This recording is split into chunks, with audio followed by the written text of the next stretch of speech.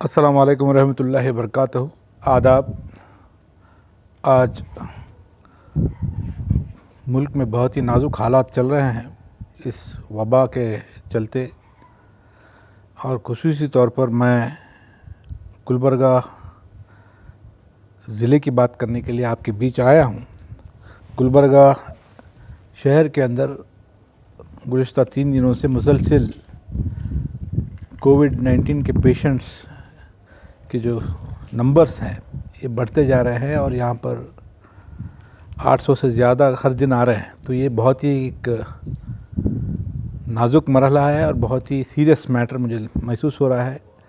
आज मैं आपके बीच आने का मकसद, मैं गुलबर्गा डिस्ट्रिक्ट एडमिनिस्ट्रेशन को यहाँ पर इस मामले में बहुत ही कोताहियाँ यहाँ पर हुकूमत कर रही है। हुकूमत की नाकामियाँ आवाम को बहुत ही परेशान कर रही है, और जिस तरीके से गुलबर्गा शहर के अंदर ऑक्सीजन सिलेंडर्स की कमी की वजह से बहुत सारे हॉस्पिटल्स और पेशेंट्स परेशान हो रहे हैं, और एक तरफ उसका क्यूरिंग इंजेक्शन है रेमडेसिविर, उसकी अनअवेलेबिलिटी और ब्लैक मार्केटिंग बहुत ज़्यादा तादाद में जो है आवाम उसको जो है परेशान है, और 20,000, 15,000, 25,000 तक वो लोग ख़रीद रहे हैं। ये मैं समझता हूँ कि साफ़ तौर पर गुलबर्गा डिस्ट्रिक्ट एडमिनिस्ट्रेशन की ये नाकामियाँ हैं। मैं गुलबर्गा डिस्ट्रिक्ट एडमिनिस्ट्रेशन से सीधे सवाल पूछना चाहता हूँ और उनको ताकीद करना चाहता हूँ कि उनके जो पॉलिसीज़ हैं कहीं ना कहीं इस लड़ाई के अंदर, कोरोना के ख़िलाफ़ के इस लड़ाई के अंदर Gulbarga district administration entire failure हो चुका है। यहाँ पर प्राइवेट हॉस्पिटल्स में गरीब आवाम को 50% का कोटा दिया गया, जिसके अंदर कोई क्लियर पॉलिसी नहीं है। आज हालत ये है कि बेड्स की अवेलेबिलिटी नहीं है। मैं मानता हूँ कि गुलबर्गा डिस्ट्रिक्ट के अंदर पहले 5-6 हॉस्पिटल्स में कोरोना पेशेंट्स को लिया जाता था, आज वो नंबर को बढ़ाया गया है। 18 हॉस्पिटल्स को, प्राइवेट हॉस्पिटल्स को दिए हैं। उसके बावजूद आज अगर एक पेशेंट को कोरोना पॉजिटिव आता है तो वो उसके सामने किस हॉस्पिटल को जाए जहाँ पर बेड खाली है, उसका इन्फॉर्मेशन उसके पास नहीं है। आज बहुत से लोग कोरोना पॉजिटिव होने के बावजूद गवर्नमेंट हॉस्पिटल में जाकर के 5-5, 6-6 घंटे, 7 घंटे जा कर के बैठ रहे हैं। दूसरे स्टेट्स में जा रहे हैं, हैदराबाद को जा रहे हैं, महाराष्ट्र जा रहे हैं इलाज के लिए। और ये जिसके पास इस्तिताअत है, जिसके पास पैसा है, वो लोग कर रहे हैं। मगर गरीब आवाम जिसके लिए कोटा फिक्स किया गया, प्राइवेट हॉस्पिटल्स में भी 50% बेड देने का जो कोटा दिया गया है, उसके अंदर मैं समझता हूँ कि आज किसी गरीब को एक बेड भी जो है गवर्नमेंट की तरफ से अलॉट नहीं हो रहा है। उसकी वजह साफ तौर पे ये है कि कोई पॉलिसी गवर्नमेंट ने यहाँ पर नहीं की है कि वो प्राइवेट हॉस्पिटल की फैसिलिटीज़ को किस तरह से गरीब आवाम अवेल कर सकती है। डिस्ट्रिक्ट एडमिनिस्ट्रेशन क्लियर पिक्चर लेकर के आवाम के बीच में आना चाहिए। डिस्ट्रिक्ट हेल्थ ऑफिसर और deputy commissioner of Gulbarga should come with a white paper before the common man. यहाँ पर जनरल पब्लिक के अंदर, जनरल आवाम के अंदर यहाँ पर एक बहुत बड़ा कन्फ्यूजन क्रिएट हुआ है और उनके पास क्लियरिटी नहीं है। अगर किसी को कोरोना आता है तो वो कहाँ पर अप्रोच करे, किस हॉस्पिटल में जाए, कहाँ पर बेड्स अवेलेबल हैं, ये सारे चीज़ों के ताल्लुक से मैं समझता हूँ कि एक जो है सिस्टम, एक गाइडलाइंस और एक हेल्पलाइन नंबर होना चाहिए, जहाँ पर जनरल पब्लिक को ये मालूम हो कि इस फलाना हॉस्पिटल के अंदर बेड्स की जो है अवेलेबिलिटी है, ऑक्सीजन की क्या स्टेटस है, ऑक्सीजन के कितने पेशेंट्स को, गुलबर्गा के जो प्रेजेंट ऑक्सीजन प्लांट्स हैं वो कितने पेशेंट्स, कितने बेड्स को जो है वो ऑक्सीजन प्रोवाइड कर सकती है। और जो इंजेक्शन्स हैं रेमडेसिविर, इसके जो ब्लैक मार्केटर्स हैं इनको इमीडिएटली ऐसे नाजुक मरहले के अंदर जो ब्लैक मार्केटिंग कर रहे हैं उनको पुलिस जो है उनको अरेस्ट करे। सबसे अहम चीज़ ये है कि इंसान की ज़िंदगी सबसे अनमोल है। हमारा इकोनॉमिक स्टेटस क्या होता है, हमारा माली हालत, हमारे को नुकसान होता है, ये सेकेंडरी चीज़ें, इसको हम रिकवर कर सकते हैं। एक बार ज़िंदगी अगर चली जाती है तो बहुत ही तकलीफ़ होती है। कुमार स्वामी साहब ने तमाम इकोनॉमिक पैकेजेस को, डेवलपमेंट वर्क्स को स्टॉप करके तमाम फंड्स को इस कोरोना की महामारी के अंदर पब्लिक और आवाम को आसान फराहम करने के लिए वो लगाए। इसका सजेशन भी दिया है। और क्योंकि आज जिस रफ्तार से ये जो कोरोना का सेकेंड वेव कर्नाटक के अंदर है, ये पहले वेव से भी बहुत ज़्यादा खतरनाक तरीके से ये फैल रहा है। नंबर्स जो गुलबर्गा के अंदर बढ़ रहे हैं, तो मैं समझता हूँ कि गुलबर्गा डिस्ट्रिक्ट के अंदर भी लॉकडाउन होना चाहिए, मगर उसको ऐलान करके कि इस तारीख से इस तारीख, ताकि आवाम जो है अपनी तैयारी कर ले और इस कोरोना की महामारी के लिए गुलबर्गा डिस्ट्रिक्ट के अंदर भी लॉकडाउन मैं समझता हूँ, मैं as an individual, as a citizen of the country, as a political activist, Jansangh के कार्यकर्ता के हैसियत से एक जो है मेरा भी ये मानना है कि गुलबर्गा शहर के अंदर लॉकडाउन ज़रूरी है।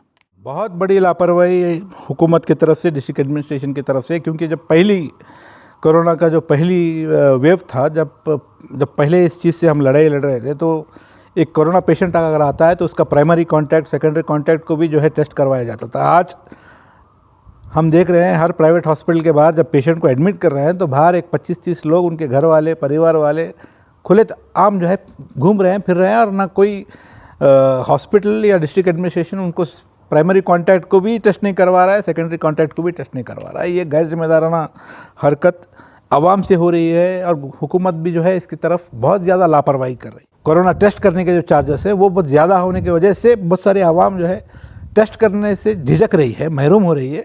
इसको और सस्ता अगर करते हैं, उसको और सिंप्लीफाई करते हैं, और या मैं तो यहाँ तक कहूँगा कि हुकूमत इस टेस्टिंग प्रोसेस को फ्री करे, और उसके जो प्राइवेट हॉस्पिटल्स में जो टेस्ट हो रहे हैं उसका अमाउंट है वो अमाउंट गवर्नमेंट दे अपनी तरफ से, कोई बड़ा अमाउंट नहीं है। अगर हुकूमत आवाम के काम नहीं आती, ऐसे बुरे वक्त में अगर काम नहीं होती, यहाँ पर भी अगर आप इकोनॉमिक फ़ायदा नुकसान देखेंगे तो ये कोई हुकूमत नहीं है, ये हुकूमत नहीं, बिल्कुल ये कारोबार कर रहे हैं। हुकूमत अगर आवाम की ज़िंदगी को अगर बचाने में नाकामयाब है, उनको फेलिसिटेट नहीं कर सकते, तो हुकूमत में रहने का कोई उनको अधिकार नहीं है। आज नंबर्स नहीं देखना है, हिंदुस्तान के आबादी के कितने परसेंटेज पॉपुलेशन को आपने वैक्सीनेशन दिया है, इसके ऊपर तवज्जो देना है। आज हिंदुस्तान की हुकूमत गुमराह कर रही है नंबर्स बता करके, नंबर्स का नहीं है। हिंदुस्तान की आबादी 130 करोड़ से ज़्यादा है, तो यहाँ पर नंबर्स शायद दूसरे मुल्कों से ज़्यादा हो सकती है, मगर नंबर्स नहीं। यहाँ पर percentage 50% have we reached 50%, 20% of the population of India को जो है क्या वैक्सीनेशन मिला है, ये सवाल होना चाहिए। नरेंद्र मोदी की हुकूमत, हिंदुस्तान के अंदर भारतीय जनता पार्टी की हुकूमत कोरोना के खिलाफ लड़ाई के अंदर नाकामयाब हो चुकी है। It is a entire failure, it is a blunder mistake. आत्मनिर्भर बनिए, ये हमारे प्राइम मिनिस्टर ऑफ इंडिया कहते हैं। आत्मनिर्भर यानी आप हुकूमत से ज़्यादा तवक्को मत रखिए, हुकूमत आपके कोई काम आने वाली नहीं है।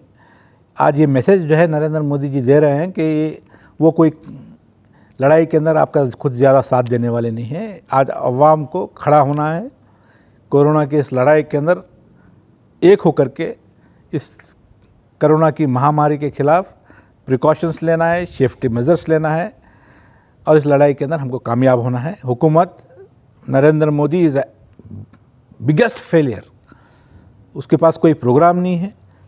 आज भी फ़ोटो शूट में लगे हुए हैं, आज भी अपना वो इलेक्शन कैंपेनिंग तकरीर चल रही है, और वो आत्मनिर्भर की बात कर रहे हैं। आत्मनिर्भर हम हैं। बीजेपी की जब तक हुकूमत रहेगी, हिंदुस्तान के तमाम अवाम आत्मनिर्भर बने, ये मैं भी कह रहा हूँ, क्योंकि हुकूमत हमारे काम में आने वाली नहीं है। हुकूमत के अंदर कोई सीरियसनेस नहीं है। हुकूमत सिर्फ़ और सिर्फ इलेक्शन को किस तरह से जीता जाए, किस तरह से पोलराइज किया जाए, किस तरह से तकरीर दी जाए, किस तरह से अपने मोदी जी को अपने एक बहुत बड़ा स्टेट्समैन की तरह प्रोजेक्ट किया जाए, इसी के ऊपर उनका ज़्यादा तवज्जो है। अवाम परेशान है, अवाम इस लड़ाई के अंदर जाने जा रहे हैं। उनको बेसिक हॉस्पिटल की फैसिलिटी नहीं मिल रही, उनको ऑक्सीजन नहीं मिल रहा है, उनको प्रिकॉशनरी जो मेडिसिन होना चाहिए वो मेडिसिन अवेलेबिलिटी नहीं है।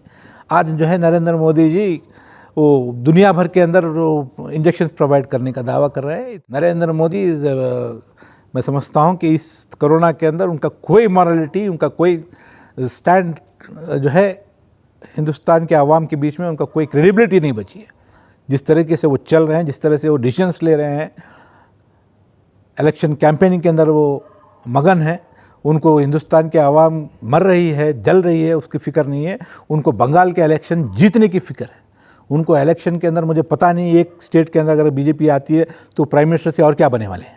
वहाँ पे हारते हैं तो भी वो प्राइम मिनिस्टर ऑफ इंडिया है, वहाँ पर जीतते भी हैं तो वो प्राइम मिनिस्टर ऑफ इंडिया है, मगर उनको वो सीरियसनेस नहीं है। उनको इलेक्शन जीतना है, कोरोना के अंदर आवाम मरती है, परेशान होती है, उसका कुछ है सीरियसनेस अभी तक उनके मिजाज के अंदर नहीं आया है।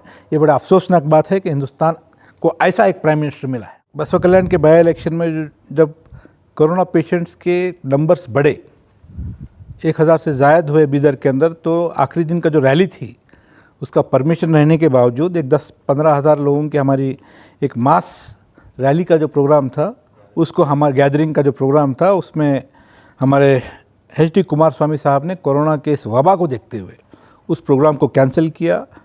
उन्होंने महसूस किया कि आवाम की ज़िंदगी इस इलेक्शन रैली से भी अहम है, तो ये कुमारस्वामी साहब ने आखिरी दिन उस प्रोग्राम को कैंसिल किया। प्रेस के ज़रिए आपके बीच में आए। हमने उस इलेक्शन कैंपेन के बाद गुलबर्गा में आके मैंने अपने आप को टेस्ट करवाया और अल्हम्दुलिल्लाह मेरी रिपोर्ट नेगेटिव आई है। और हम लोग प्रिकॉशन में ही रहे, मास्क पहनते हुए, सैनिटाइज़र पहनते हुए आए थे। और आवाम को मैं कहना चाहता हूं कि कुमारस्वामी साहब कोविड पॉजिटिव आए हैं हमारे, और एक ज़फ़रुल्लाह खान साहब पॉजिटिव आए हैं। वहाँ पे कांग्रेस के भी बहुत सारे हमारे लीडर्स पॉजिटिव आए हैं।